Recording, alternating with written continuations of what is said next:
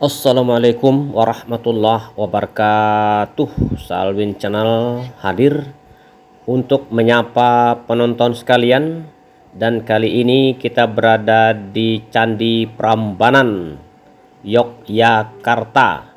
Salah satu keajaiban dunia, bukti kejeniusan, tingginya nilai arsitektur, dan tingginya ritual nenek moyang Indonesia tempo dulu. Berikut berkisar Candi Prambanan. Orientasi siswa perguruan tinggi USPT atau studi tur siswa angkatan ke-31 SMA Negeri Titian Teras Jambi, Salwin Channel. Baik sahabat yang berbahagia, Indonesia dikenal sebagai negeri yang kaya akan peninggalan sejarah dan budaya. Salah satunya adalah Candi Prambanan. Candi megah yang terletak di perbatasan Yogyakarta dan Jawa Tengah bukan hanya menjadi ikon pariwisata, tetapi juga menjadi saksi bisu dari kejayaan masa lampau.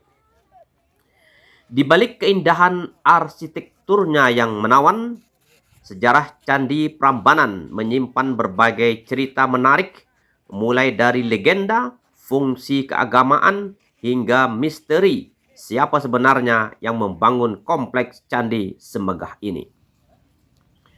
Kalau kita pernah melihat gambar Candi Prambanan dengan 3 candi utama menjulang tinggi di tengah pelataran, kita pasti setuju bahwa situs ini bukan hanya indah, tetapi juga syarat makna spiritual dan historis. Secara sederhana, Candi Prambanan adalah kompleks candi Hindu terbesar di Indonesia dan salah satu yang paling megah di Asia Tenggara. Candi ini didedikasikan untuk Trimurti, yaitu 3 dewa utama dalam agama Hindu, yaitu Dewa Brahmana, pencipta, Dewa Wisnu, pemelihara, dan Dewa Siwa, pelebur. Kompleks Prambanan terdiri atas lebih dari 240 candi besar dan kecil. Dari semuanya, 3 candi utama, Candi Siwa, Candi Brahma, dan Candi Wisnu, berdiri megah di tengah pelataran. Di tengah-tengah Candi Siwa terdapat arca besar Siwa Mahadewa yang menjadi pusat spiritual dari seluruh kompleks. Arsitektur Candi Prambanan bercorak Hindu klasik dengan ciri khas bentuk meruncing ke atas seperti gunung, simbol Gunung Meru yang dianggap sebagai tempat tinggal para dewa. Struktur ini mencerminkan filosofi spiritual masyarakat masa itu, yakni semakin tinggi bentuk candi, maka semakin dekat manusia kepada Yang Maha Kuasa. Candi Prambanan terletak di Desa Bokoharjo, Kecamatan Prambanan, Kabupaten Sleman, Daerah Istimewa Yogyakarta, dan sebagian areanya juga masuk wilayah Kabupaten Klaten, Jawa Tengah. Lokasinya hanya sekitar 17 km dari pusat kota Yogyakarta dan mudah dijangkau dengan kendaraan pribadi maupun transportasi umum.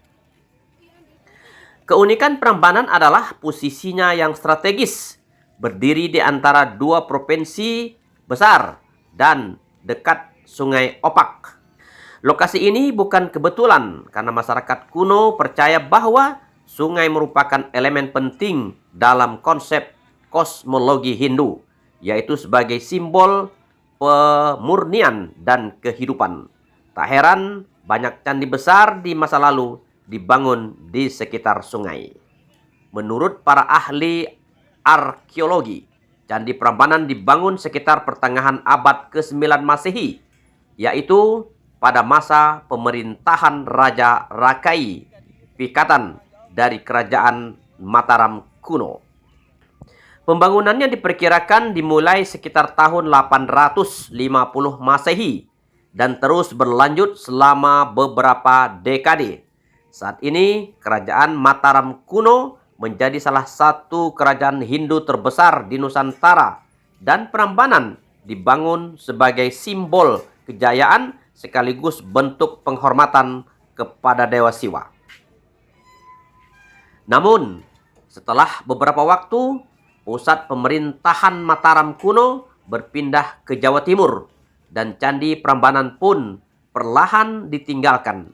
Akibatnya, Candi megah ini tertimbun abu vulkanik dari letusan Gunung Merapi dan sempat terlupakan selama berabad-abad.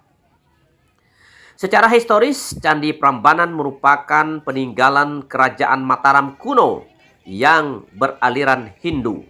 Pembangunan candi ini juga sering dihubungkan dengan pergeseran kekuasaan dari Wangsa Sailendra, penganut Buddha, dan ke Wangsa Sanjaya, penganut Hindu.